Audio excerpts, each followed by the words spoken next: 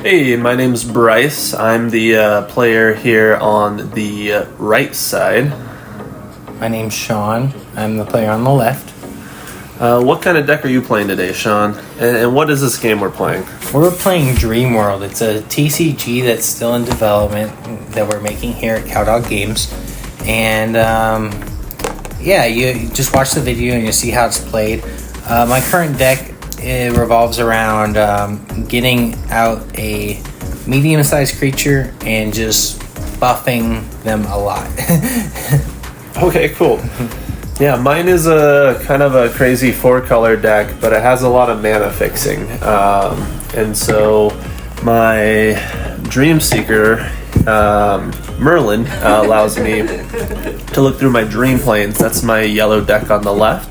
That's where you get your energy in this game. And I can choose one of those and put it on top of the deck. So what are we doing right now? Right now we're mulliganing. So in this game you start by drawing 4 cards, and you can choose any which cards you want to draw to replace and draw new ones. You can only do this once though. Okay. And so also, I guess if for the sharp eyes, we had to reveal what we were mulliganing. So do you want to explain some of the strategies behind that, or? Yeah, so if you're playing against a player you've never played before, you just kind of have to give away a little bit of deck knowledge. So for example, if you do decide to mulligan a card away, when you play it, your opponent will see whatever card that is. So at the start of the game here, both players draw cards at the exact same time. And then it goes back and forth on whoever has priority. So based off of the coin toss, it looks like Did I have priority or did you skip? I think I skipped. Okay. I think I went first. Yeah, and so now he's activating his Merlin ability, which he was talking actually about no, earlier. this is the first round. I went first on this one, and then I played that Rushy there, actually outside of my placement phase, since it has caster, which is a keyword. Yeah. And that was me doing my effect right there at the end of the turn after you took 3 damage, which allowed me to put a green... Which one's that one called? Theme Park. Theme Park. That's going to be a 3-0, which essentially is going to make it to where I have almost no energy this turn right now. But it'll allow me to have a lot more energy next turn. Yeah. And so, explain how the energy works? Yeah, so every turn we get to flip over a card from our Dream Plane deck. So we start with what's called a Dream Seeker, which is like a hero or significant character in the Dreamworld universe. And we talked a little bit about Bryce's, which is Merlin. Mine is Icon. So basically each Dream Seeker can provide a buff that varies wildly, but like mine, I can pay 1 energy to give a dream shape 1 defense. So and then so what happens is on turn 2 it flips over to the base, it flips over backwards, and you get a different energy value, and you'll get that energy every turn. And as you flip more dream planes, you keep stacking more and more energy. Yep.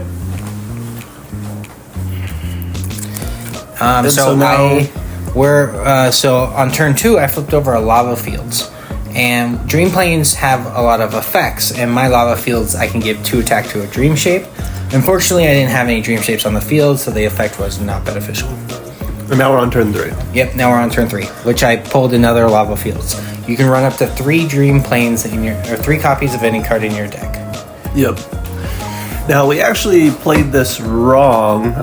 It's coming up here in a little bit. But I did play in the back, a cat, which has an effect when targeting a dream shape with the feline trait, which cat does have the feline trait.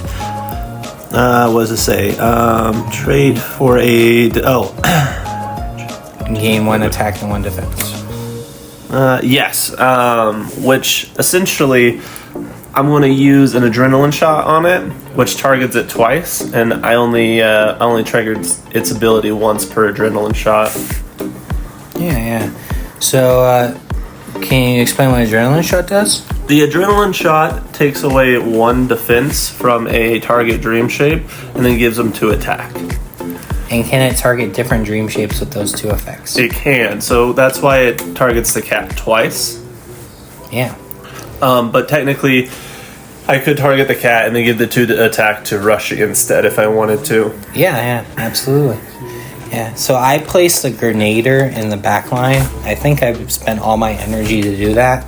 So he's kind of vulnerable right now, but I'm kind of hoping that Bryce doesn't have anything to stop it, because my deck revolves around buffing that guy a lot, so he just attacks really hard. Yep. And unfortunately, with him on the back line, he will be able to wipe out both of those characters I just played. Yeah, so Grenadier has ranged and bash, which means it attacks twice and it can attack any column.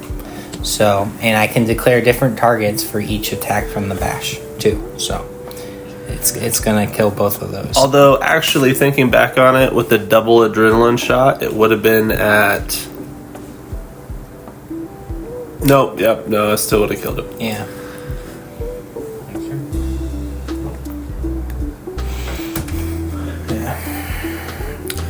So now we're going into turn 4. Yep. I flipped a flower bed, it looks like, which gives the dream shape 2 defense, which obvious target is the Grenadier on my field. And I flipped a slums. It's just a vanilla, but it does give me 4 energy this turn and then 1 energy stacking next turn. Okay, I just gave 2 defense to the Grenadier, and That thing is getting nasty in the back. Yep. It looks like I have some loops, some med kits. So when I have energy to spare, I'll definitely be playing those. Like my deck has a lot of control-y things. Like I have a disrupt in my hand, which unfortunately I don't get to use against his deck, but it stops a distort or warp from being played, or its effect from triggering. So like that adrenaline shot, I could have stopped that for 5 energy, but I didn't have the energy to spend at the time. So I believe what I'm doing here is, it's not my placement, but before initiative 3, since Rushy has caster, I was playing Rushy. Yep. Which is going to deal 3 damage, which with all your buffs really isn't that much. But then you place another thing with caster. There is a lot of caster in this deck, yes. So that does 5 damage, which you are going to, in response, use Medkit. Yeah, in response, I would use Medkit to give it 2 defense to save it. Otherwise, the Grenadier would have died, and I probably would have lost the game because my deck really wants that Grenadier there. And I played another Medkit too. So for good measure. Yes, I also, energy that you don't spend is wasted. So even if you didn't attack the Grenadier, I probably would have played those medkits. That makes sense. Now, earlier in the game, your Grenadier took out a lane that wasn't directly in front of it. How exactly do these lanes work, and why was it able to do that? Yeah, so we have a 4x2 grid, essentially, and made up of 2 rows and 4 columns. Any dream shape can only attack straight across from it in the same column, unless they have a special keyword called ranged, or there's a couple other effects that could alter that. So ranged lets you choose which column you can attack in. Now, if there's nothing there, you just deal the damage directly to the opponent's morale, which when that reaches below 0, the game's over. Yep. Now what I just did is I used my Dream Playdance effect in response, I believe, to Sean doing something that allowed me to draw 2 cards. Dream Plane effects, if not stated otherwise, can be used at any time like a warp, and a warp can be used on your turn during placement or in response to a player doing just about anything. And that's also what caster means. It's the same thing but on a dream shape. Yeah.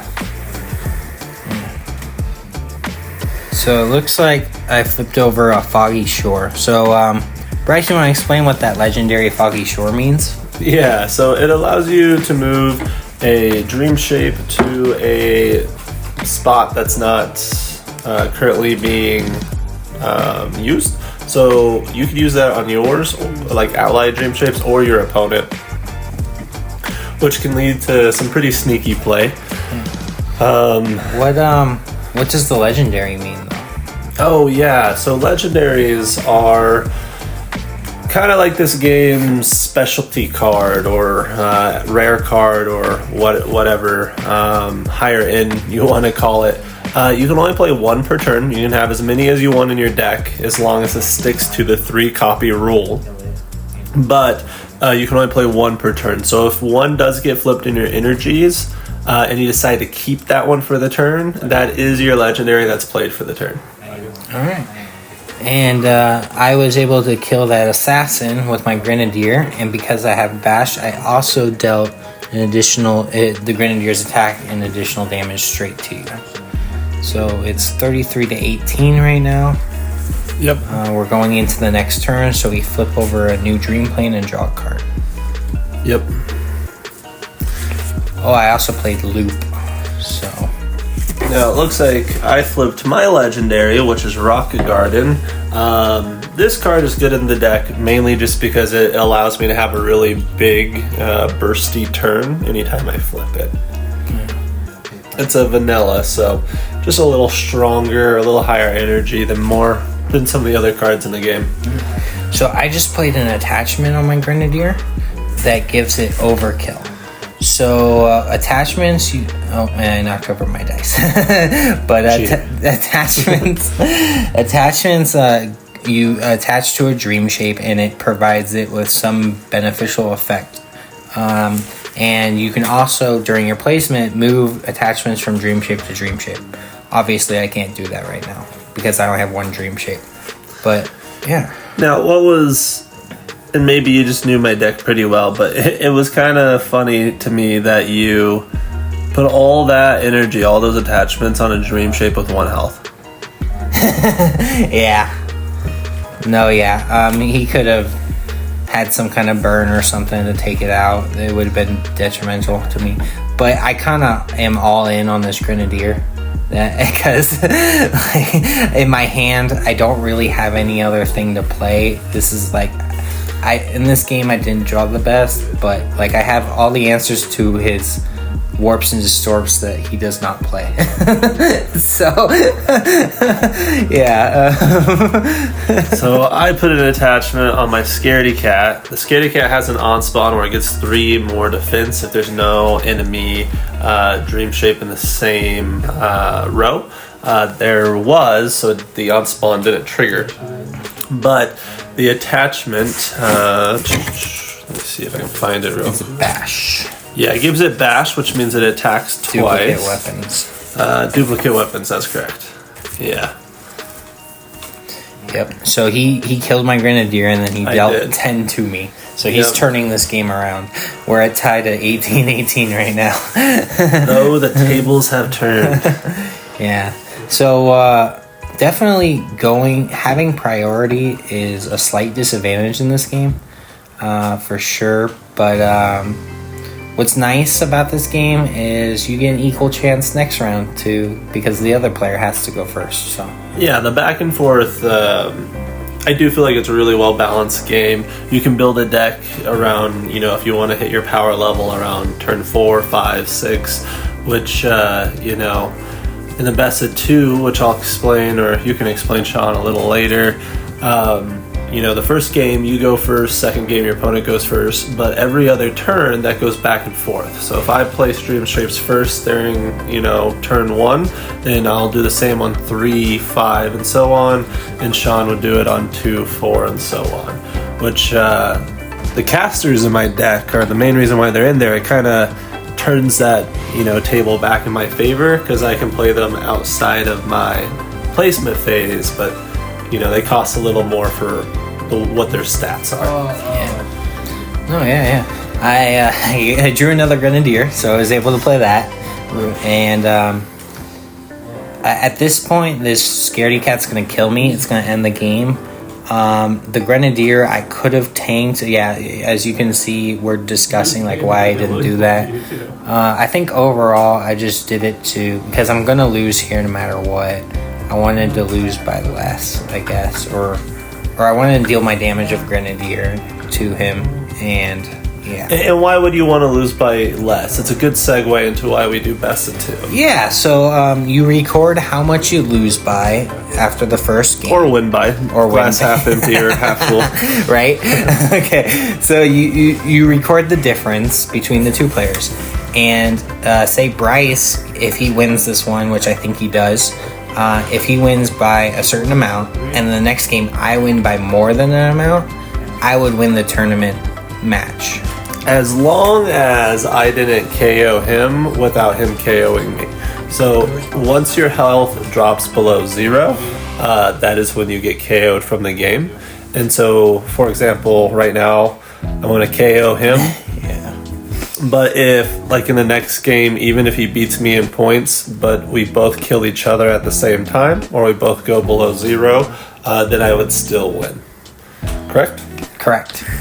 Yep, so right now I'm at negative 22. Why isn't the game ending? Yeah, so like what we were talking about, there's a point difference. You play out the rest of the war, essentially. So all the units that have been put out on the field, you go through all 4 initiatives in combat, which I guess we haven't explained initiatives yet. And then the in-game, at the end, end of turn effects. All of those go off before you total up the difference between one another. So his Grenadier did 8 more damage to me, meaning that I won by 32 points. So Sean is going to have to beat me by more than that without going negative himself. Yes.